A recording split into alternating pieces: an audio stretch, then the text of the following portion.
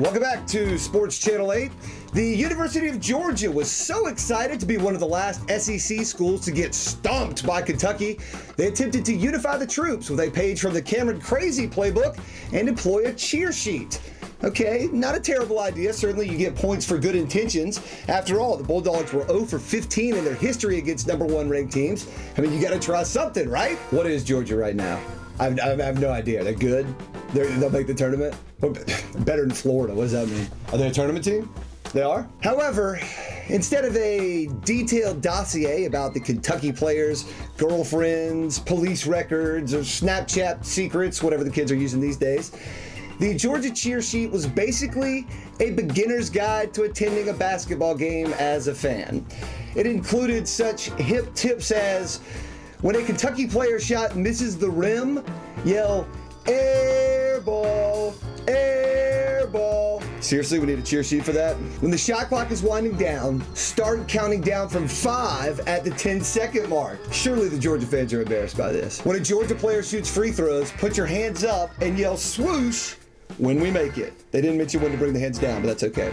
And maybe my personal favorite, when Georgia hits a three-pointer, put your hands up and yell three. No three goggles? Nothing like that? Yeah. Of course, with the help of Sports Channel 8 reporter Ben Swain, the ball got rolling on hashtag Georgia cheer sheet. As in, it's okay to leave after 2 periods. We play halves, not quarters. Hashtag Georgia cheer sheet. Soon, hashtag Georgia cheer sheet took Twitter by storm. Let's bring up hashtag Georgia cheer sheet on the big screen.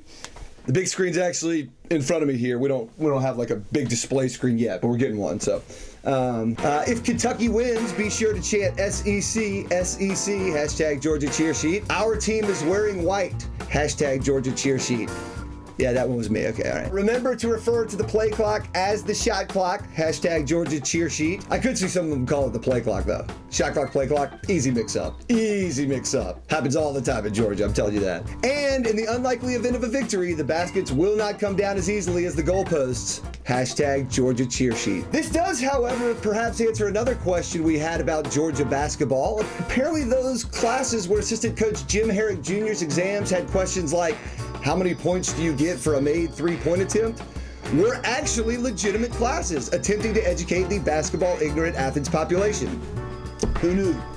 If you're one of those people who care how the game turned out, Georgia's newfound basketball knowledge did propel them to a halftime tie with Kentucky, but they fell short in the end. 72-64 final. Wildcats win, move to 30-0. You don't have to buy any basketball players a beer tonight, Georgia fans. Remember, sprinkles are for winners. Do the SEC standings in basketball work like hockey? Like if you're tied with Kentucky at halftime, do you get a point for anything like that?